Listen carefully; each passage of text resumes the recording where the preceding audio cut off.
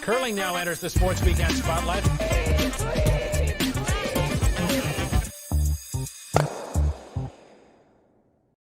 One improbable comeback, one hell of a story. Hi again, curling fans. Colleen. Woo!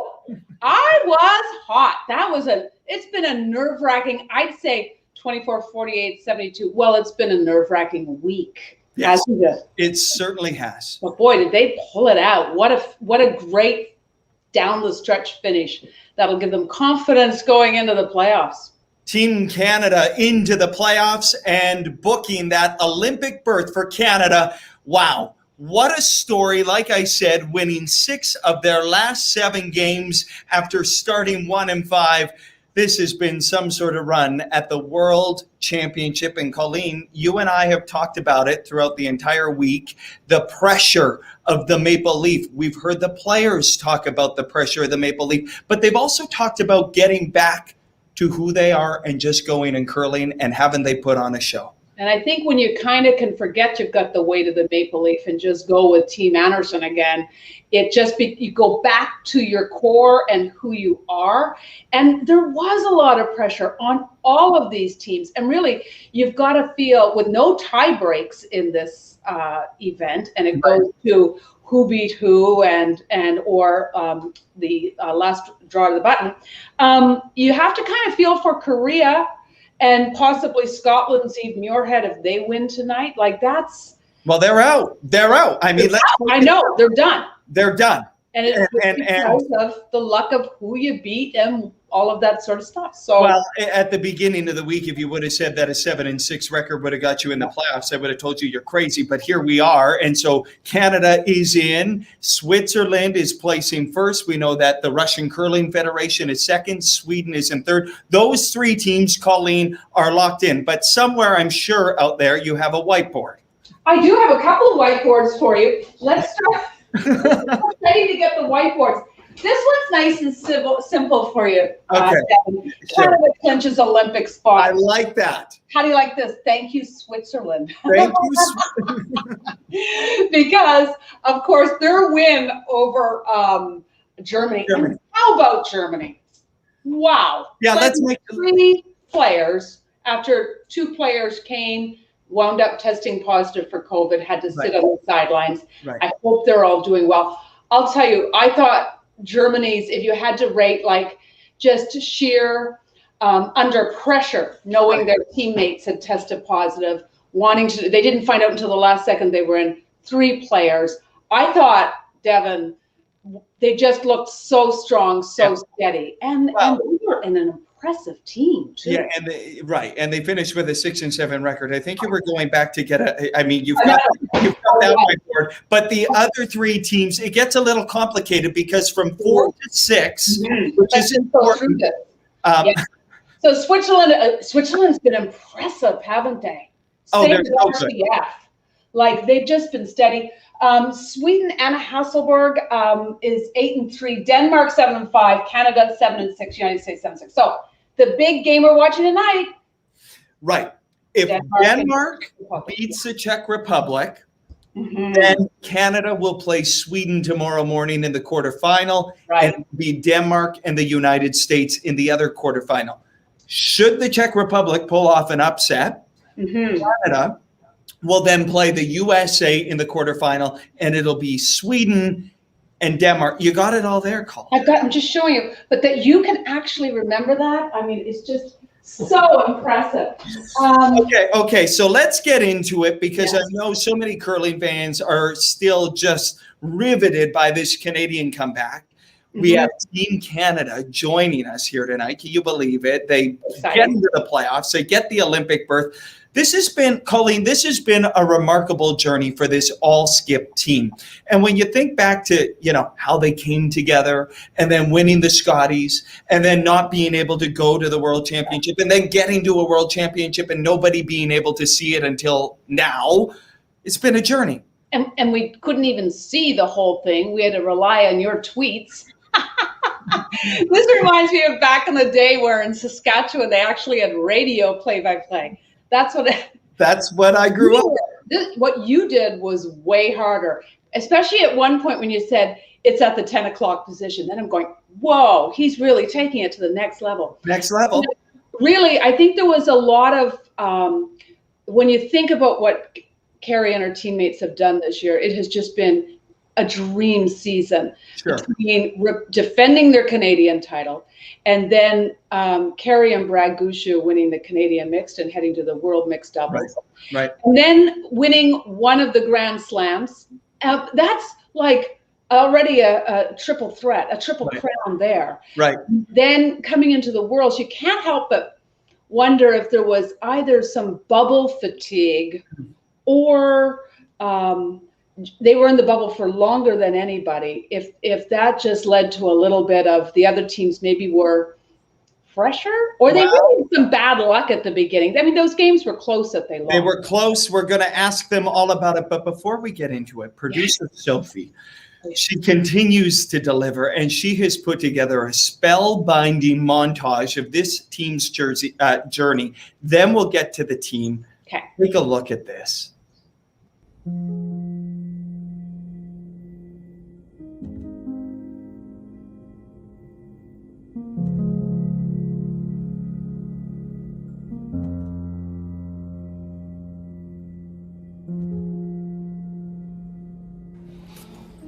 Final stone, the in-off to keep themselves going, and they will not. And it's a win for the record books for Jennifer Jones and Manitoba.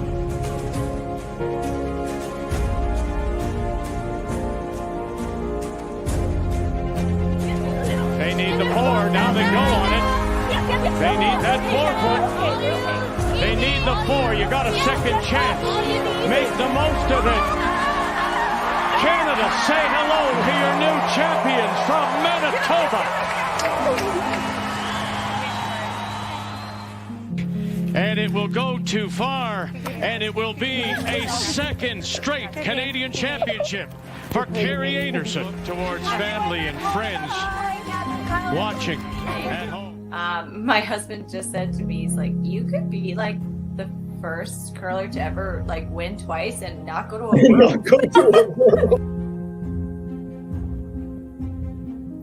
Yeah, it's such an honor, and we're so excited for this opportunity. We know more than anyone, and not to take it for granted.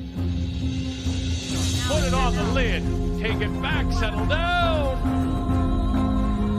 and it slides too far, and it will be the stolen win for Sweeting.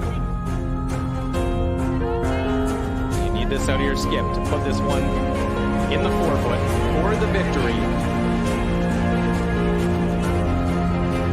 And it is a victory for RCF, so they stay unbeaten with that win.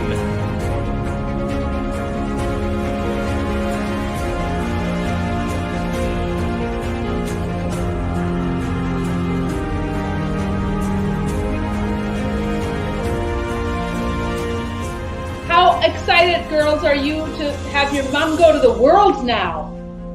Excited, really excited. I bet. It's been an absolute roller coaster. Sometimes we dig ourselves in a hole and we just battle back.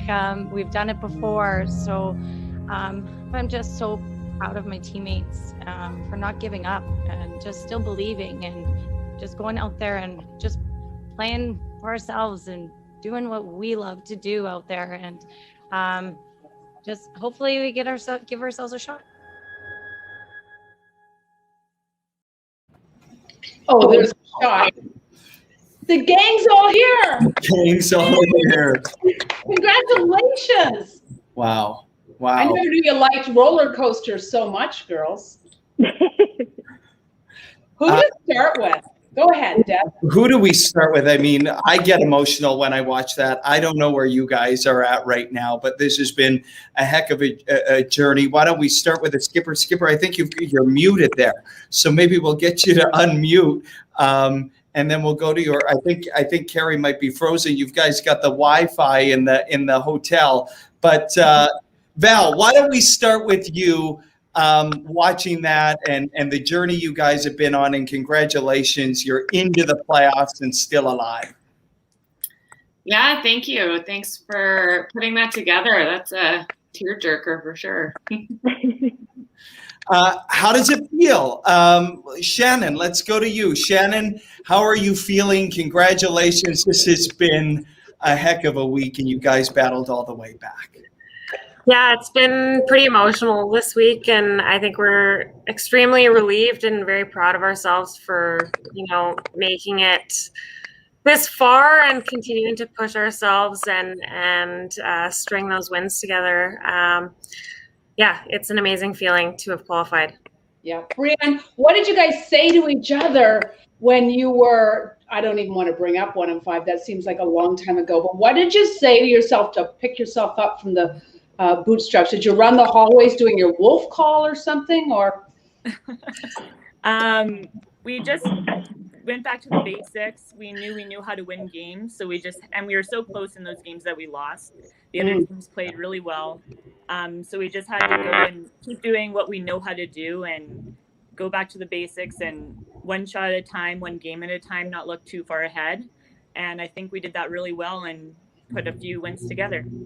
So I got to jump in here because this team is all about problem solving and figuring out ways to victory. The skipper, I can tell, wasn't getting a connection in her one room, leaves, goes over to the coach's room, figures it out. Let's go to the coach's room. Heather and Kerri, how are you? Unmute yourself if you can for us. And let us know how you're feeling. Kerri, you figured it out. Good to see you. I was in there, and then all of a sudden I was out. I was like, oh, well, that stinks. Because I was watching the video, tears rolling down my face, and all of a sudden I was gone.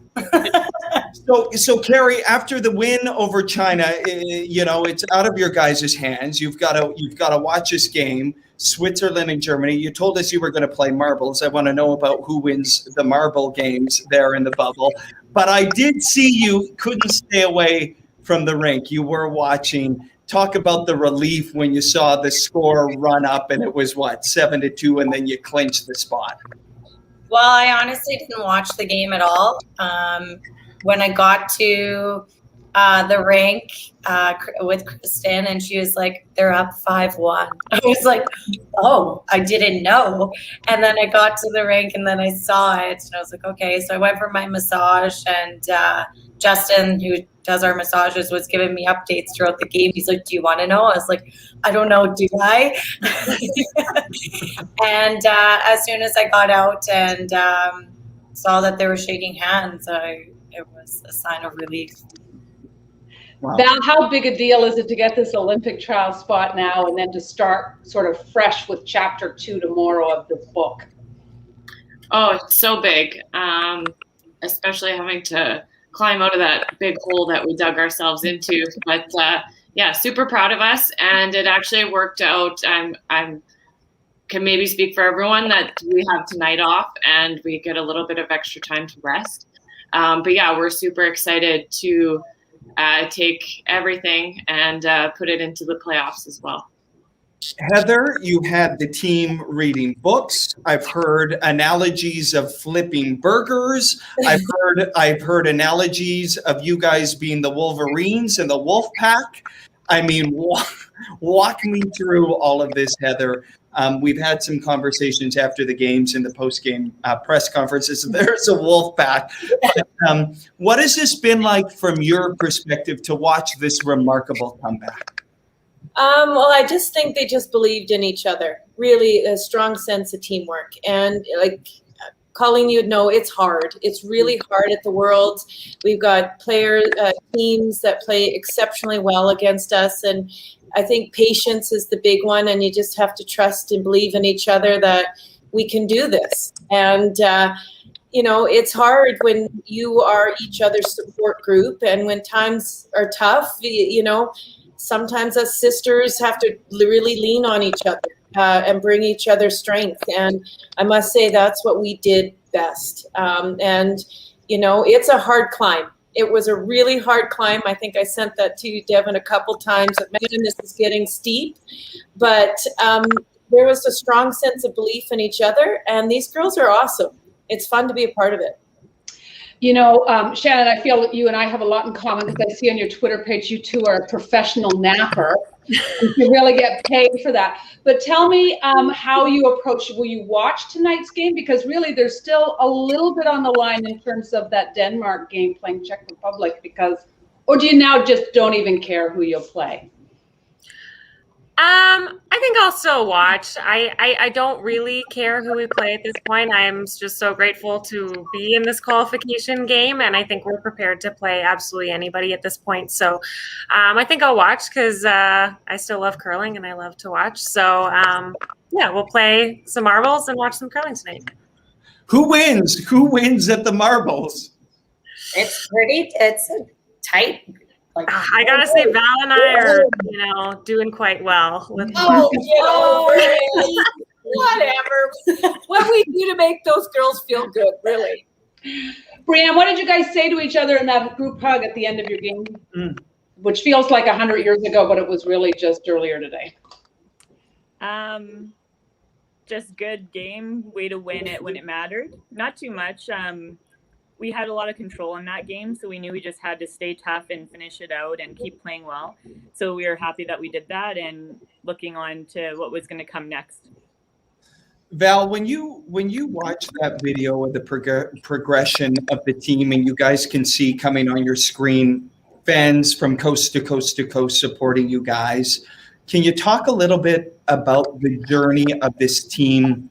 How you guys have come together. You win the Scotties, then you have Worlds ripped away from you, then you win another Scotties in a pandemic. Now you're playing another Worlds in pandemic. This has been bizarre, and yet you guys have stuck together. Can you walk us through it? Yeah, that was kind of my reaction earlier. Was fearful of what a roller coaster that this week's been, We're really grateful for the chance to even have the chance to play this year in the bubble. There's a lot of great teams who didn't get that chance. So we're super fortunate for that. And the journey together from when we formed the team has been incredible. And, obviously you set goals when you form a team, but to meet and surpass some of them so quickly is super impressive, and I'm just super grateful to be on this journey with everybody. I saw, Kerri, the story out of Gimli with everybody back where you work. How was that to kind of see that? And you must have felt a lot of love from Canadians across the country who could sort of feel a little bit of the pain you guys were going through and kind of put the rally caps, collectively put rally caps on right across the country. What was it like to hear from the people back in Gimli? It meant so much to me to see that. Had me in tears, seeing all my residents at work, and they're just so excited for me and my coworkers. And I know one of my residents, Doreen, she was just so excited she couldn't even get her words out. And today, actually at my girls' school, they all dressed up in Canada gear and watched our game this morning in their classroom, and had my girls underneath the screen, and that was a real tearjerker and got me crying again. So many tears happening in this bubble. Happy tears. Okay, Heather, how do you approach this for tomorrow? Same old, same old? I mean, we always want to notch it up again, but honestly, if we can stick to as we say, playing in beast mode and coming out and doing our jobs and the details and the process and owning the top of the house, and like the list goes on. There's so much to focus on, but more than anything, just stick to the core. Stick to the four of them doing their jobs and believing in each other, and you know what? Good things will happen. I wonder if we can go around the Brady Bunch squares here with all of you guys. I've been listening to you all share to us, so I think vulnerably, about playing for you guys.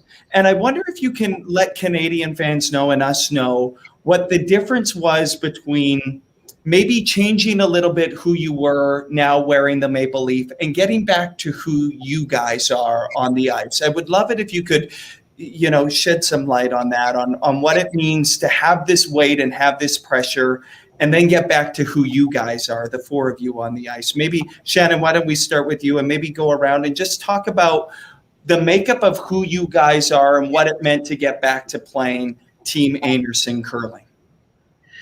Yeah, I think the biggest thing all of us usually carry with us is a lot of confidence out on the ice, and our own abilities, as well as confidence in each other. And we might have lost a little bit of confidence in ourselves earlier in the week, and to have found it and to have fostered it within our tight unit, and without having our families and close-knit support systems readily available to us. Our fans were very disappointed that they couldn't follow along on TV, and with the World Curling website crashing every 10 minutes, they were definitely reliant on your tweets. But yeah, I think finding our confidence again was huge to get us back on this roll, and that's a huge factor in the success of this team. How about you, Briane? And maybe just walk us through what you guys needed to go through and what you needed to talk about to get back to that winning way. Yeah, being Team Canada, sometimes you get a lot more resources, which are great, and we really value everyone's opinions and all of the information we get, but sometimes it brings you a little bit away from what you did to get there and who you usually are when you play without that all that other stuff. So I think we just learned to have a balance of taking in new information as well as playing how we usually play, and that really helped, and it made us grow as we went every game forward. Cool. Skipper? You're all skippers. Did you not see our tweet or our TikTok? Yes, we saw it. We ran it. Just definitely, we were going out there, and I think we felt that pressure, and we weren't ourselves. We weren't having all those smiles and laughs like we have been doing. And once we just kind of threw it aside and we had like a group hug, we just said, no, we're doing this for the four of us. We're going out there and playing for us. Let's do that and be ourselves. Enjoy every single moment and this opportunity, because you don't know when you'll get it again. So we just threw all that aside and started from scratch again, and we found Team Einarson again. Heather, what do you think of this whole, I know in Canada we've got tiebreakers. There's always talk every year that we have tiebreakers. Well, what if we had no tiebreakers in the Canadian system? Now that you see no tiebreakers, what do you think? Well, the last known draw is extremely important. That's what I know. And so I don't know if I love it. I personally would rather play. Right? I think all of us would rather play, but then you look at the record and you go, ooh, man, so it's a toss-up. I'm in between it at times, but I'm just grateful that we had a great last round draw. We did position ourselves well, and but I can understand the time frames and all the difficulties with coverage and all that stuff. So it's a hard balance for sure. Well, listen, you guys have to get to bed. No, you don't. No. They have marbles. Go play marbles to play. I think we lost Val, but to all of you, what a remarkable show of resilience. You should be so proud. You have an entire country behind you, and just keep being Team Einarson tomorrow, because it seems to be serving you well, and we'll all be watching with great interest. And good luck. Thank you. Thank you. Yeah. Bravo. Well done. Thank you. That is a hard-earned Olympic trial spot for sure. Yeah, and they're such a great team, and they've been so open. I mean, here they are on the eve of do or dive games at the World Championship, spending their time with us. Colleen, what a story. Well, it is, and I think that just reflects the fact that they came on is more like Team Einarson that we know, right? They have fun, they've laughed a lot, and sometimes cried. And so, they're not sort of this tunnel vision, maybe that they thought they needed to be at the beginning. I want to jump in just a quick note on that because, of course, you did play in 6 World Championships. You talk about that tunnel vision, and when things start sort of snowballing and going the wrong way, how insurmountable can that feel? It can feel extremely insurmountable. And you even saw in this situation, when they lost games, there were a couple, we just saw it on the sizzle reel, where other teams made magnificent shots against them. Right. Even in their loss against Japan, Japan was playing so well. So you kind of see that, and I mentioned this in our preview show, just how strong the depth of field was here. It was hard to pick. Yep. And I said last Thursday night, somebody really great is not going to be qualifying for the Olympics, not make it to this. And who would have ever thought that Scotland would be on the outside looking in, or even Team Korea, you know, a silver medalist from the.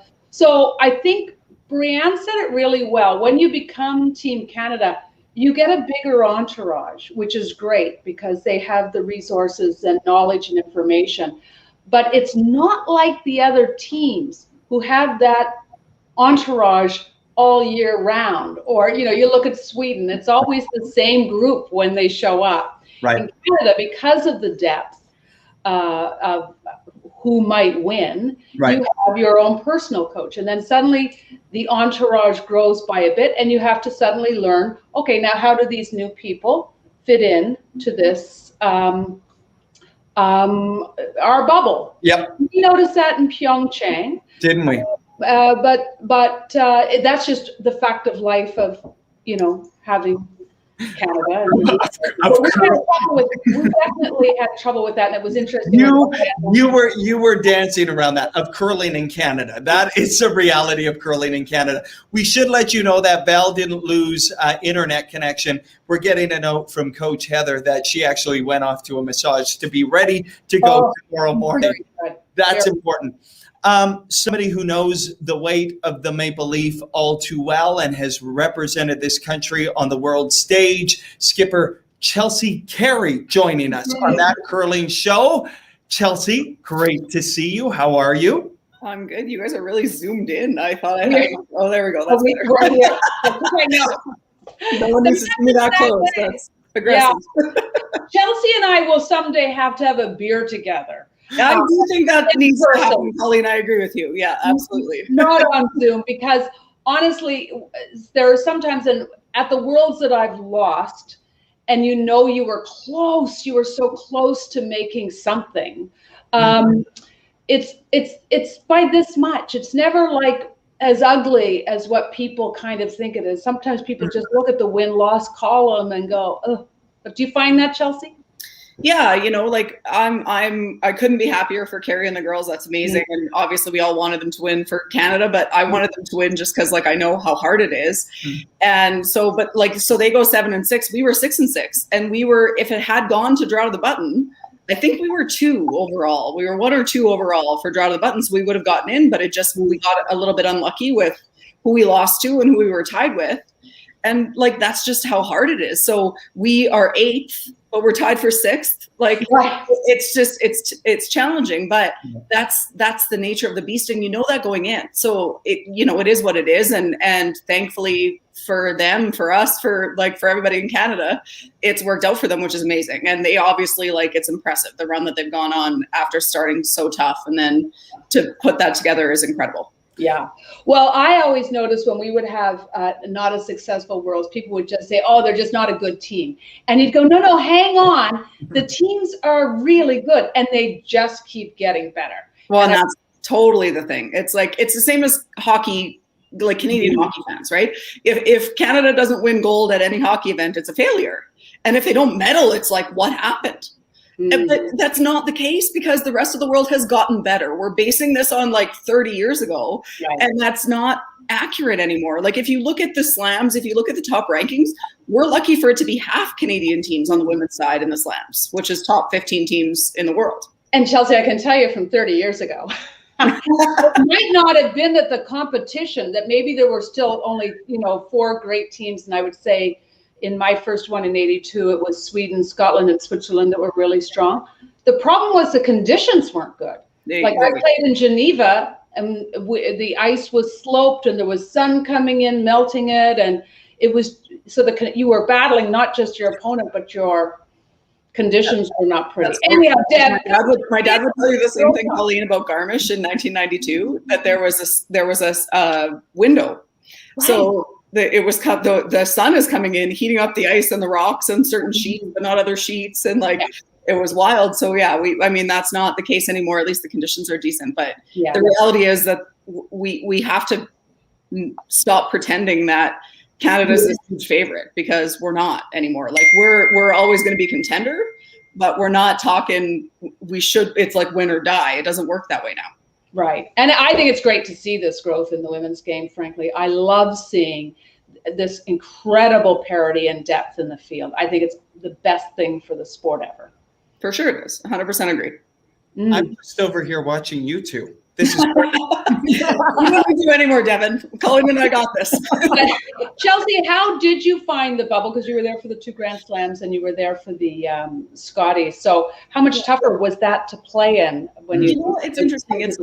It's harder in some ways and it's easier in some ways. Not having the crowd there and no offense to Devin, but like you lose a bad game and the media's there with a microphone in your face going, what happened?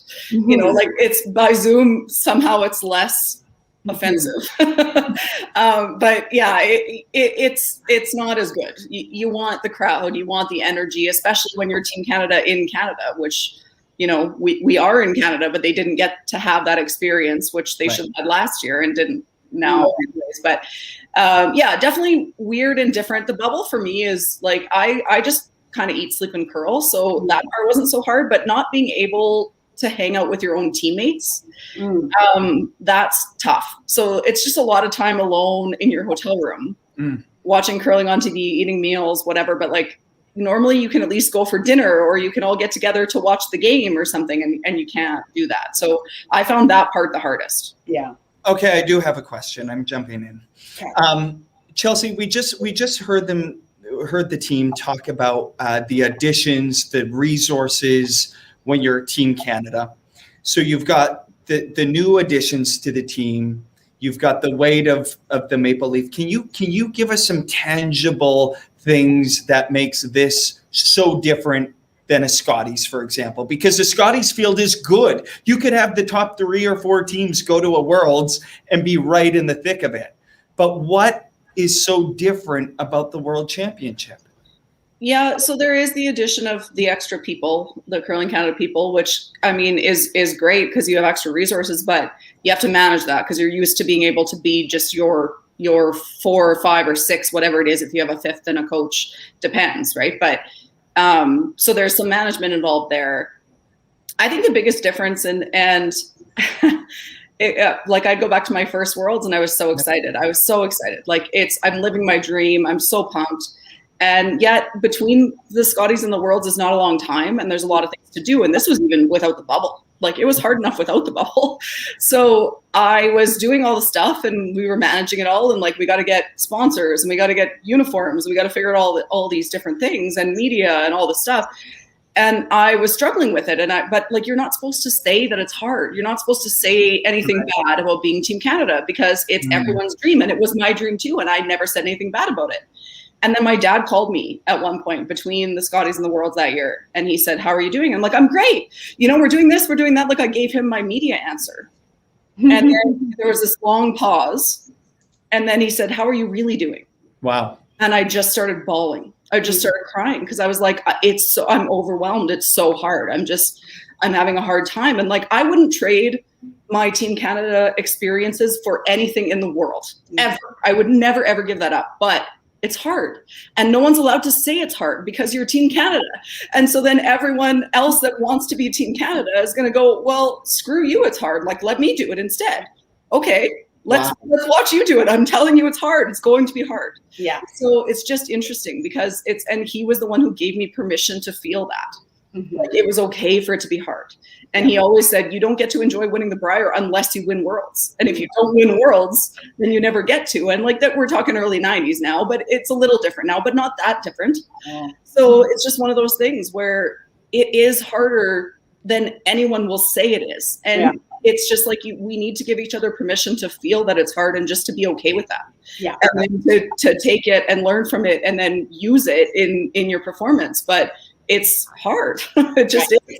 Because the other countries know they're coming. 100%. They all want to be. Everybody wants to be Team Canada. Everybody. The other countries at Worlds and all the Canadian teams next year as well. Like here next year as Team Canada is also really hard because they're all like, well, they won. We're better than them. We want to beat them. And like, they don't mean it that way, but you've become like famous is the wrong word, but you become sort of a target for everybody. Wow. And that's a great thing. That's a great accomplishment. But it also comes with the pressure and the, everybody being up to play you and all that stuff. That's just a reality. Yeah. Answer. You have to buy into that mantra that it's, the pressure's a privilege, that 100%. And I totally believe that it is, but it can be hard to live that moment to moment. But that's like, if you can do that, if you can really grasp onto that and appreciate it as a privilege versus a negative thing, that's where you find some zen and are successful. Mm-hmm. Zen. I was just going to say, I know Colleen is going to jump all over this Zen moment. That might be the first time I've said Zen in my life. It happens on this show. It happens on this show. Chelsea, that is a refreshing take. And I know there's going to be a lot of people watching that going, thank you for saying that. So thank you. There's also going to be a lot of people crucifying me for saying it. No, but I think that's reality. But again, that goes with being Team Canada too. Yeah. You're going to get criticized no matter what you do. It doesn't matter what you do. There are going to be people. There's going to be haters. There's going to be, keyboard bravado. These people that don't have to own up to what they say, and they're going to crucify you. And that's what I learned about it is like that's going to happen regardless. Yeah. So you have to just be okay with it somehow. Yeah, I think everybody that has been a Team Canada though knows that what you say is true. All of a sudden you win the Scotties and you're preparing for the Worlds, and there's a whole lot of stuff and a whole lot of you're on a treadmill. So yeah, absolutely. Anyhow, so nice to have you with us. My pleasure. Yeah. Yeah, your phone is dinging, Chelsea. You're getting the messages. I think it's my dad, actually. Well, hello to your dad. Hello to Dan. And hello to you and your family. I hope you're taking care, Chelsea, and really appreciate your perspective. Really important perspective. Always good to see you. My pleasure. Thanks for having me. Thank you. We could have put her on the spot and asked who she's picking for tomorrow, but yeah, but I think that was powerful, Colleen. Yeah, it really is. And I think that, as I said, when she was saying that, I was just nodding in agreement because I remember kind of the rush and the busyness and the getting ready. And it's a pretty quick turnaround. And you know what? We're just lucky we curl in Canada, and you're going to get that pressure and the rush and the expectations. It's just the way it is. But quick little point about pressure is a privilege. Of course, the great tennis player Billie Jean King coined that at Arthur Ashe Stadium for tennis. That saying is on the side of the wall right when you walk out to play at Arthur Ashe at the U.S. Open. Nice. And you were there for Bianca Andreescu. Somebody who's going to tell us all about the privilege to play for Canada and doing an outstanding job. The bubble life has been tough, no doubt, but Al Cameron of Curling Canada has been guiding us through all of this, and he joins us now. Al, it's great to see you. How are you? We're almost done, Al. Counting down the days. It's been a long go, but I tell you what, you look back with a lot of pride on what's been accomplished. You look back with pride with what the athletes have accomplished, and Chelsea's words really spoke to me. I had the privilege of accompanying Chelsea and her team to Denmark a couple years ago, and dignity in class. That's all that team was about. Even when they were struggling, they went out of their way to talk to fans. They appeared at a local school. They just represented that Maple Leaf with class, and that's what you see all the time consistently from Team Canada at World Championships. Yeah, the pressure is like nothing else in curling around the world. I mean, there's no team that has more pressure on it than Team Canada, but they find a way, right? That resilience, and I think that's what a couple of the things that Chelsea said kind of struck me. And one of those things is that, you can tell them and tell them and tell them, playing at a world championship is going to be different. And Colleen, I know the first time you went, I'm sure there were people telling you that, but until you experience that and experience that feeling that everybody's out to get you, that the whole country is watching, words can't do that feeling justice. And just all power and all respect to what Kerri Einarson has done this week under those circumstances. We had Val and the gals on, and they talked about a few tears through all of this. Did you have any tears, Val? You can tell us. Oh, I've had a few any heart-stopping moments?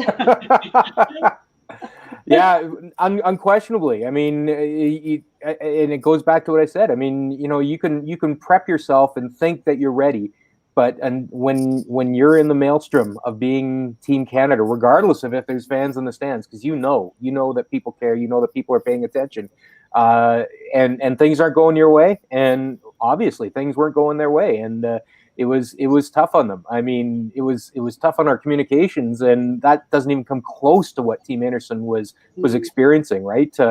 For the same reasons that Chelsea outlined, because there's so many people out there who do believe that they know what they're talking about, and they're going to launch bombs from their basements and from their anonymous Twitter accounts, and you wear that. And I got to tell you, as Kerri Einarson, again, that team has been brilliant. But I got to throw a couple props out to our social media manager, Danielle Inglis, who kind of has to absorb a lot of that stuff on social media and read it and filter it out. That's not an easy job. I'm glad you said that, because I felt like she was doing an outstanding job of live tweeting the video, the whole thing, Al. This has been incredible. You were a journalist before this. You're in comms now.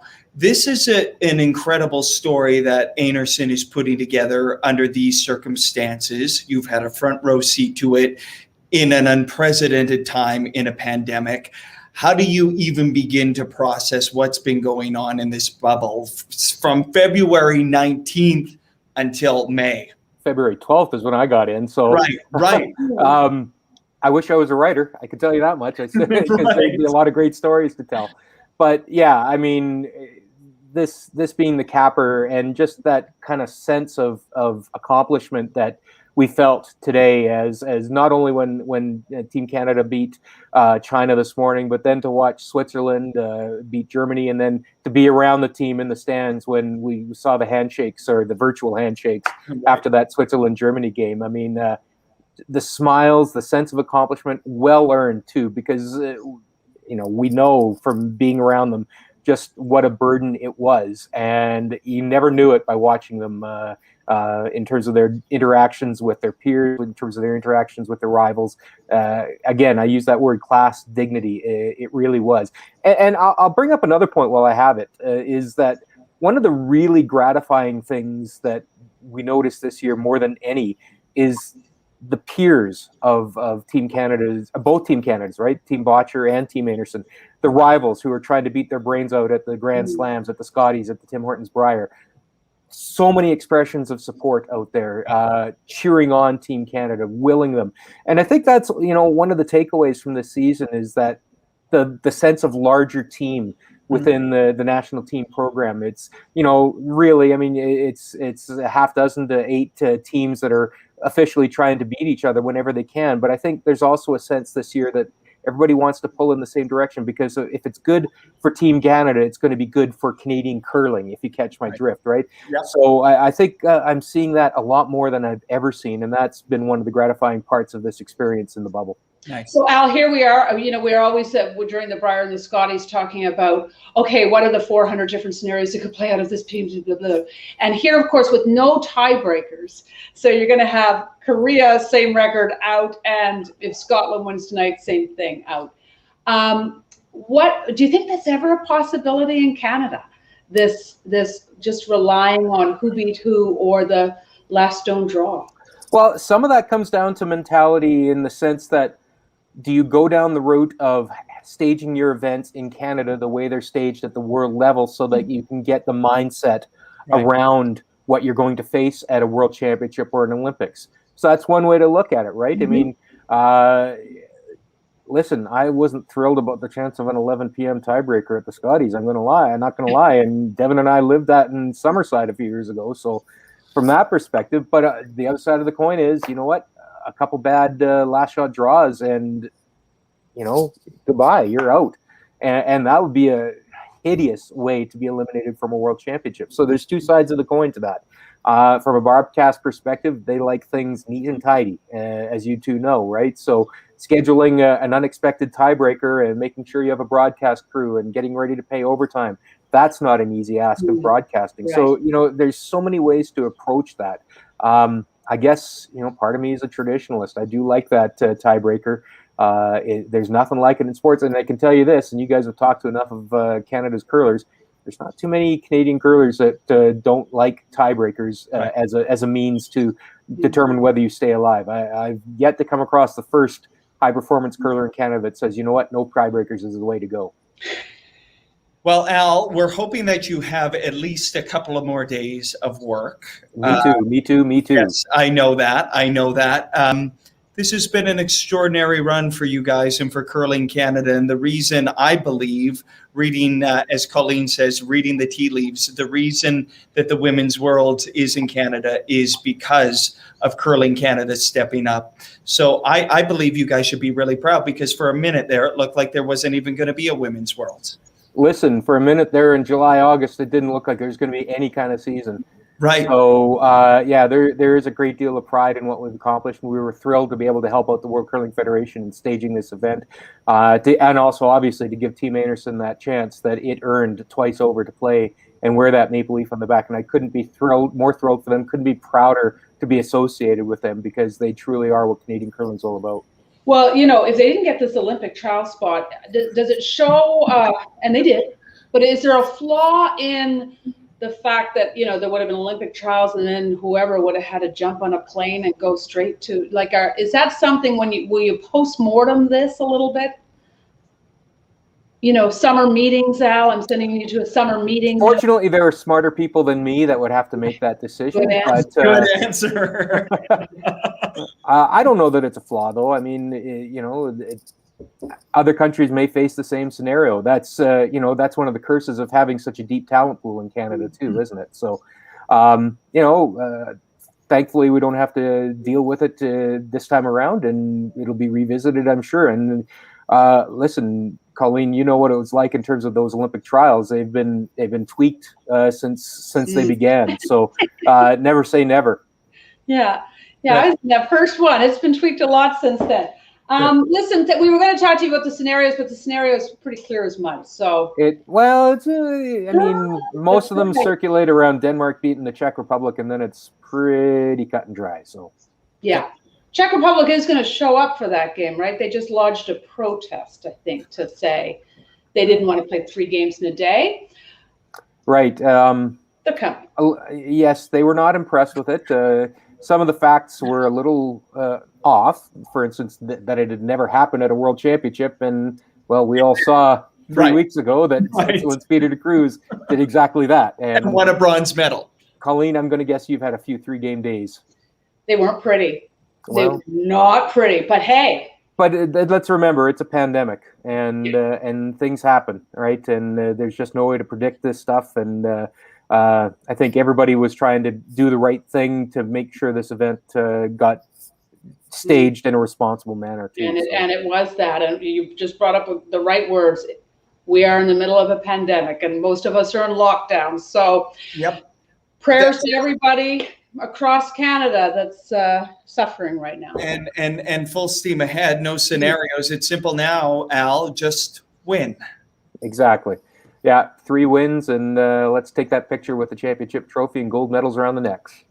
Outstanding. Good stuff, Al. It's great to see you, and thank you, and well done. Thanks, Devin. Thanks, Colleen. Always a pleasure. Yeah, good seeing you, Al. Bye-bye. Okay. 3 wins. I like how he describes that. Well, it's easy, right? For all the permutations and things, and my Twitter was lighting up, and math isn't my strong suit. Math isn't mine either. I was really wishing you were there with your whiteboards. Okay, listen, I hear we have Mike Harris. Of course, this is Women's World Championship like none other, because we didn't see most of it, because 7 members of the broadcast crew tested positive. Mike Harris was not one of them, but he always has a positive attitude. And he comes on to the show now, fresh off a broadcast. Mike, how are you? I'm just, every time I heard Al say the word lockdown or pandemic, I kind of twitched a little bit, but otherwise I'm good. Otherwise we're good. We had an interesting day of, started early this morning with more testing and more testing and more testing, but happy to be out, I guess is the best way to put it. So yeah, strangest times. So what do you think of everything that's going on there, Mr. Mike?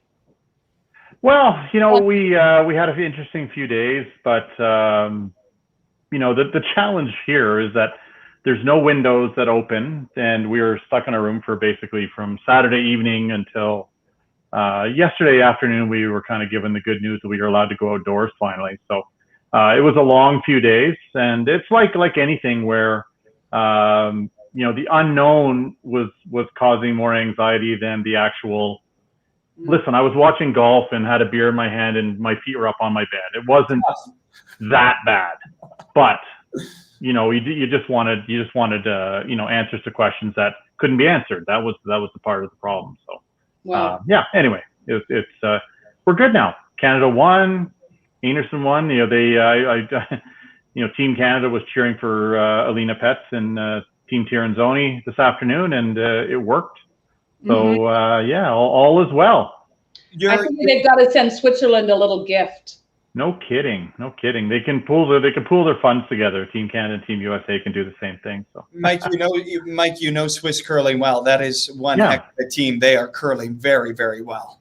Well, they're at the top of the reason they're at the top of the standings is all 4 players are leading the stats. They're just making more shots than everybody else. And of course, I can't speak to what's gone on the last few days because really don't know much about what's going on curling wise, but you know, they came in playing very well, and you know, one of the advantages that they have and Hasselborg has and all the other teams have is that they've been here before and been here multiple times, and that's obviously was a challenge for Kerri and her team this week. So but you know, they fought hard, and you know, getting to 7 and 6 wasn't easy. You know, there's 8 or 9 teams here that legitimately have a chance to win, and they just kind of got going the wrong direction early. They, you know, they had a draw to win against Anna Hasselborg early in the week, and kind of just missed that, and they just missed a couple others, and all of a sudden they're 1 and 4, 1 and 5, whatever it was. And but they don't. The good news was they played all the top teams, so they beat the teams they needed to beat to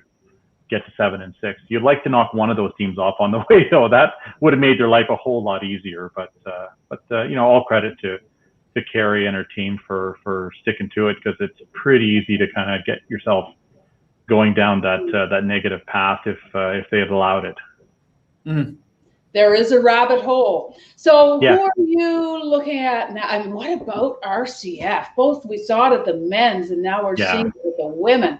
This is less of a surprise, right? Kovalev is less of a surprise than was the men. Like, I mean, the men came out of nowhere. Glukov, never heard of him, honestly. Like, I was talking to a few friends of mine who coach over in Europe, and they had played him in some bonspiels in Europe, but honestly, never heard of Sergei Glukov until the men's worlds. And now, but Kovalev is a very good team, and they're looking good. The ice is super swingy this week, much swingier than it was during the slams. Right. So I think the fact they're such amazing hitters probably helped their cause a little bit early in the week, certainly, and got them kind of rolling the right way. But they really haven't let up much, and look very good. You know, beating everyone they need to beat. So that, you know, the two of them, the reason that those two teams are at the top, them and Tiranzoni, is that they're playing the best. I mean, it's pretty. Just look at the stats. It's really not a mystery. So you know, the teams that are just squeaking into the playoffs are going to need to step up their game a little bit for the next couple. You know, winning 3 games, as Al said, is easy as that. But you know, you're dealing with they're going to have 3 absolute battles on their hand just to win. Yeah. Oh, sorry. What about Anna Hasselborg? A little inconsistent for them.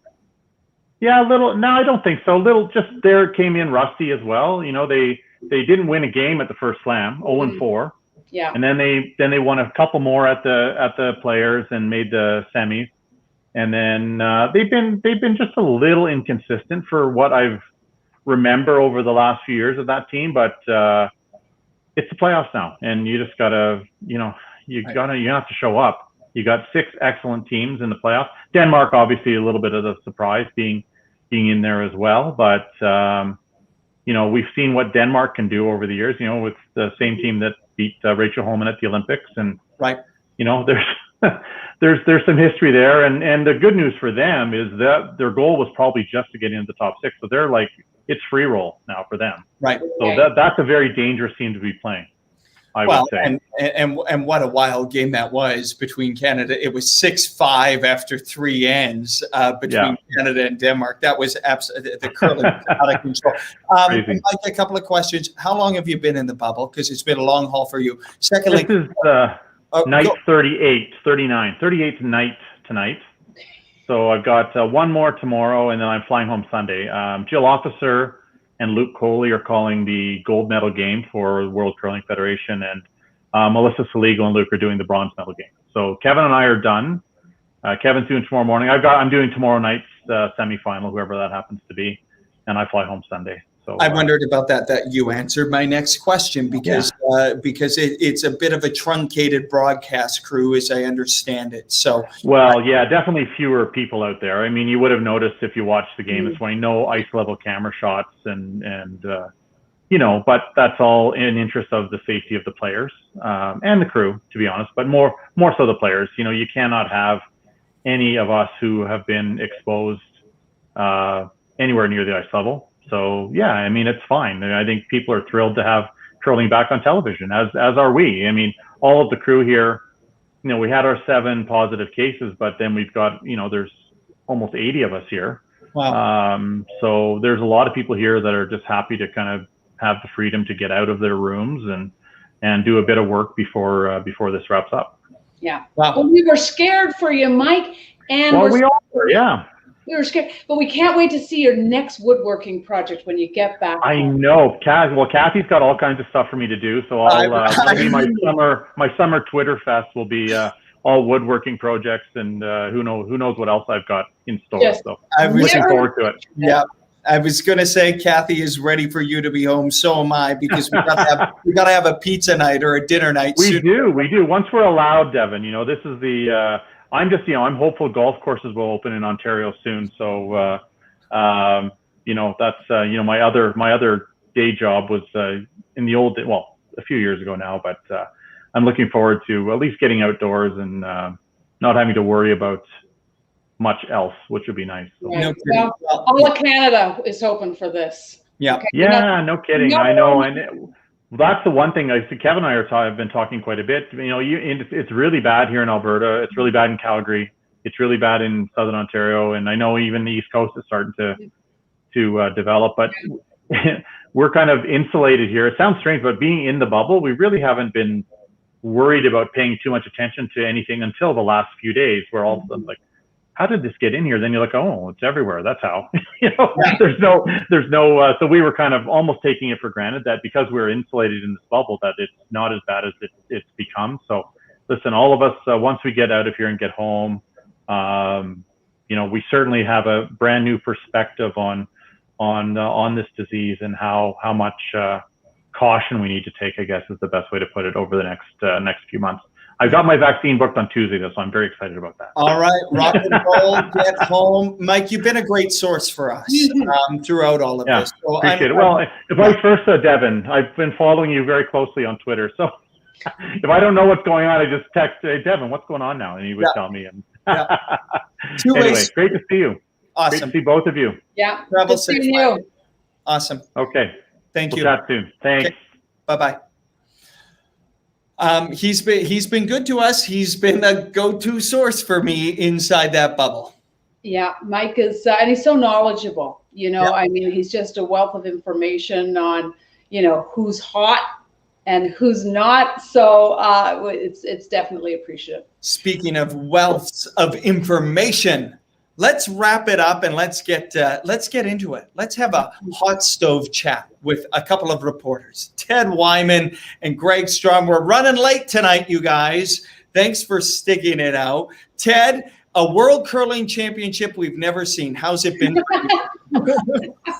I think I wrote yesterday that the Canada-Denmark game was the best game nobody ever saw, but it's true, right? You know, I mean, this has just been absolutely bizarre. Greg and Devin and I have been talking a lot about it because we're used to actually being in the building and talking to these people and watching every game on the ice. And this week we were watching it on an overhead camera and following tweets. Some of them were Devin's, to be honest. But, you know, but we were following it. He is on Twitter, by the way. I don't know if you guys know that. So we were following that, and that was really the most bizarre assignment I've ever had. You know, it's just so strange. Greg? First off, Ted, how about that background? I mean, I thought I was rocking the Wilco poster here, but man, you're taking things to another level. So full marks.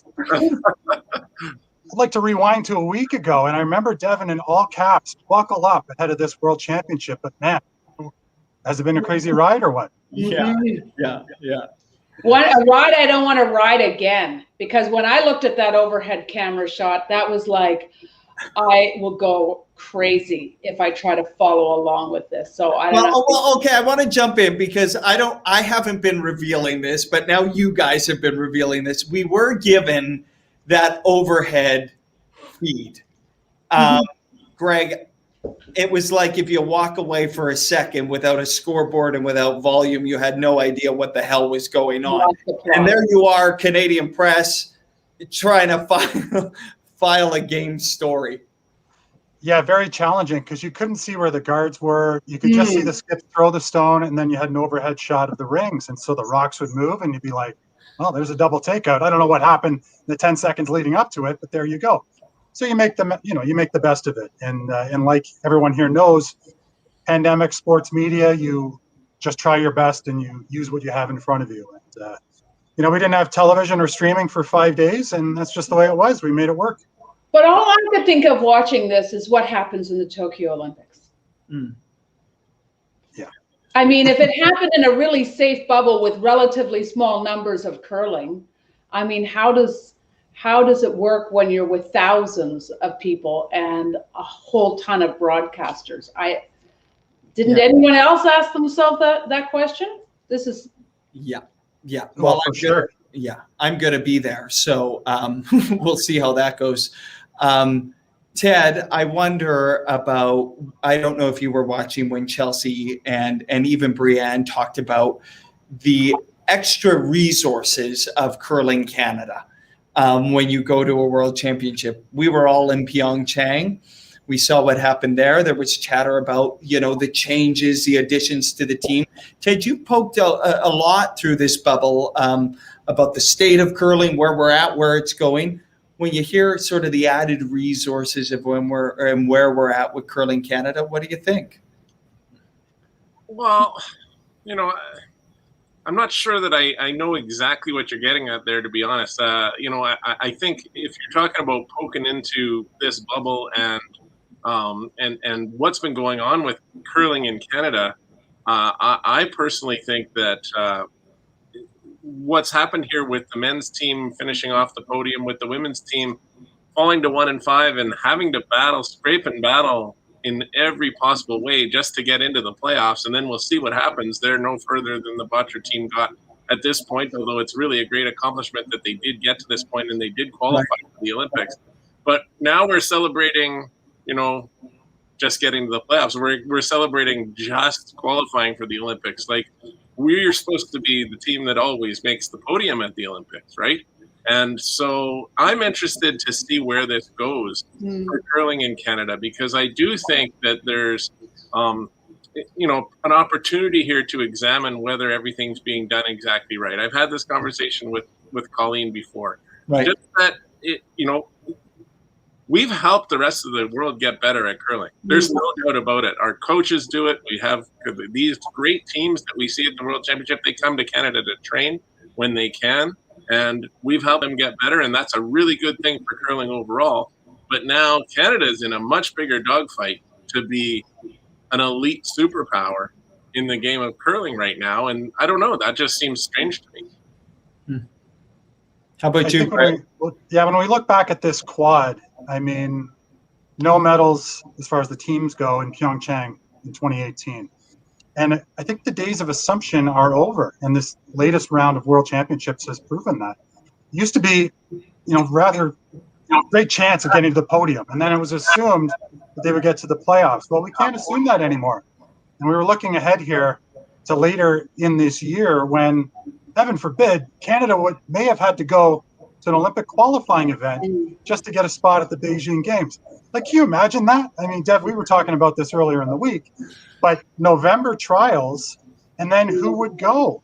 So I think the planning for the next quad is going to look much different when it comes to qualification, getting results, and planning for this kind of thing, because the days of a podium guarantee or a playoff guarantee are over. Well, I've heard for a long time, especially for the Olympics, that the event has to happen in April. And I know a lot of the big ticket events are the money makers, whether it's the Briar, the Scotties, the Canada Cup, etc. But they have to find a place and not worry about the Players' Championship of a Grand Slam, where it makes sense on the calendar that it's not this rush. I remember, sort of the rush for that Russ Howard felt, for example, with Brad Gushu, of winning and then turning around, trying to get your family organized to get over to Sochi. A lot to do, the training and things like that. So I think they have to prioritize when the Olympic trials are on the calendar more than where they're at now. Right, because, and all of us have had this conversation, should Einarson not have qualified, it would have been last few days of November and then getting on a plane maybe the next day. How was Curling Canada going to decide who was even going to go to an Olympic qualifier, Ted? I mean, well, they were not telling us who it was going to be, and I didn't really understand that, because it has to be the team that qualified as Team Canada. It wouldn't make any sense at all to send someone else. But I don't even know exactly how difficult it's going to be to qualify through that. There are going to be quite a few teams that aren't in it yet, but now we know Scotland is going to be there, and we know South Korea and Germany, which really I thought played fantastic during this event with only 3 players. So there's 3 right there. And obviously there's going to be a battle for it. But I guess the question that I was trying to bring up, and Japan as well, obviously, was that, if Canada did look at sending someone else because they really believed that they had it in the bag, that they'd be able to get it, I guess that's a possibility. But realistically, you'd want to send the team that won the Olympic trials and have them be the ones that bear that responsibility, because it would be pretty tough on another team to be asked to go and do that, especially if they were not successful. Greg, I see. I thought you wanted to jump in there. Well, that would have been a stunning situation, right? And I checked in with Curling Canada about a month ago on that very subject. In the unlikely event that Canadian teams didn't make the top 6, what happens? And the answer a month ago was the trials winner would go. Then that changed recently. And suddenly it wasn't in stone that the trials winner would go, that they would actually potentially explore other options should it come to that, but that the trials winner would still be a good bet.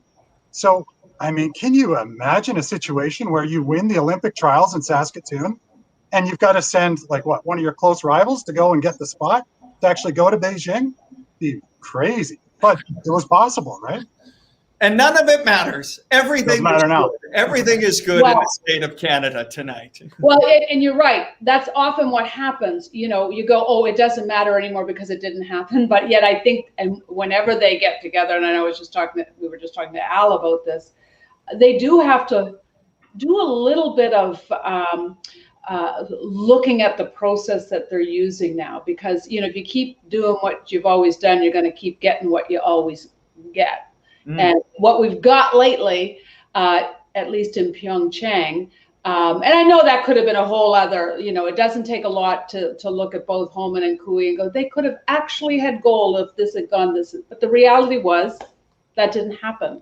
So I think examining sort of the process when it could be as simple as just putting it in April so that these teams have months to prepare to know they're going to the biggest show on earth, the Olympic Games. It could be something that simple. It could be something else that's needed to be done, you know. Yeah. Well, I agree with you, Colleen. I actually sort of touted that since you first mentioned it to me when we were in Korea. And I do think that there's some advantage to that. And I think you look at the other countries in the world and their national teams are more defined than ours are. We put a lot of time into picking a team, an incredibly large amount of time, like a 4-year qualifying process to get into the Olympic trials, and then that battle itself, which is an incredibly difficult tournament, maybe the most difficult tournament that you'll ever see. Right. And it really, you just wonder, right? Is all of that battling to get there in some ways detrimental to how you might do when you get there? Mm-hmm. Interesting. I think the timing's a lot to do with it. I think that, you know, having it in November and then, you know, Christmas comes along, so you kind of lose some time there. And then next thing you know, you're heading to the Olympics. And it's just a really compressed and very, Chelsea talked about the rush that happens from the Scotties to the Worlds. It's fast. We'll multiply that by 100 for the Olympics, because the pressure of that event is even bigger than the World Championship. You guys, the curling is almost over. The shortest, longest season we'll ever cover in our lives. Before we get your predictions about what's going to happen here, is there anything else on your mind, Greg, Ted? Anything else you're poking at, or any scoops you can give us here that that you could break on that curling show? How could we possibly break a scoop when you've already broken it? Come on. But I did want to just say that it really is impressive what the Einarson team was able to do coming back from 1-5, because truly, you know, we were all there on the Zooms, and I mean, Kerri is a very stoic person, but you could really see that it was weighing on her early on. And I loved her story of saying that she just went back to her room, played a game over the internet with her friends, had some chats, and just didn't really think about curling. And was able to put that aside. And to be honest, they were really good after that. They were 6 wins in 7 games.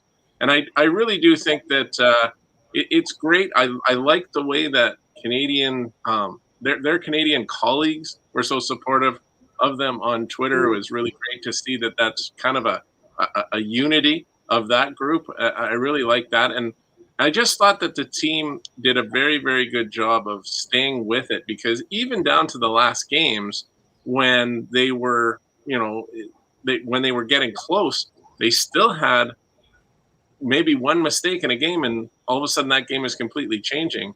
And they had that every single time they went out. And, you know, that's got to be a mental strain. And it's happening at the end of being in the bubble for however many, 50 days.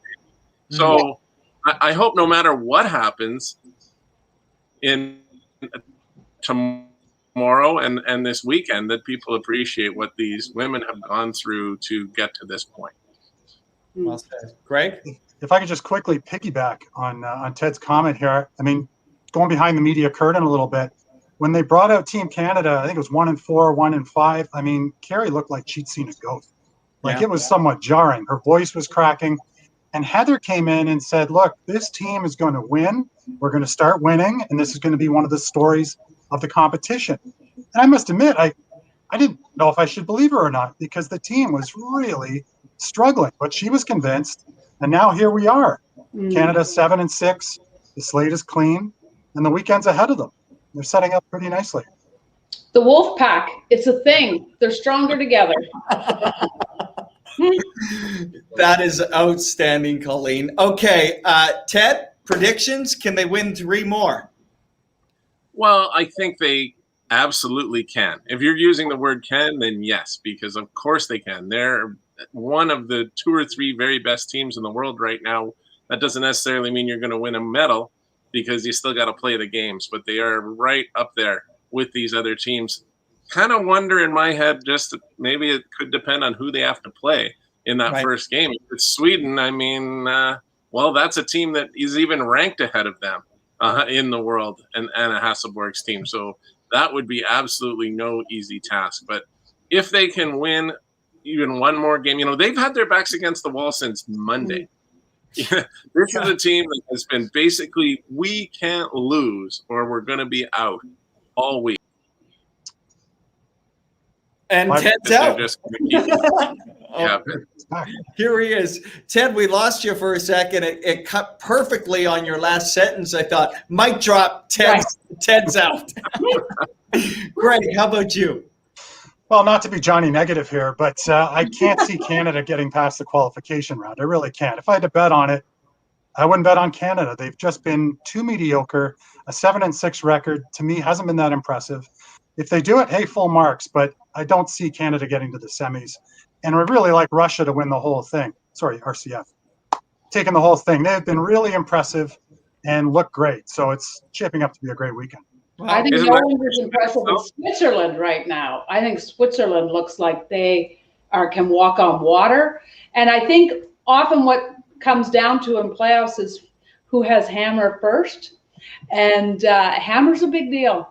And so we'll see if that plays out. But I do like the fire we're seeing in Kerri right now and Team Canada. I mean, they're backs up against the wall. There's nothing to lose. They've got the Olympics, the monkeys off their back getting the Olympic spot.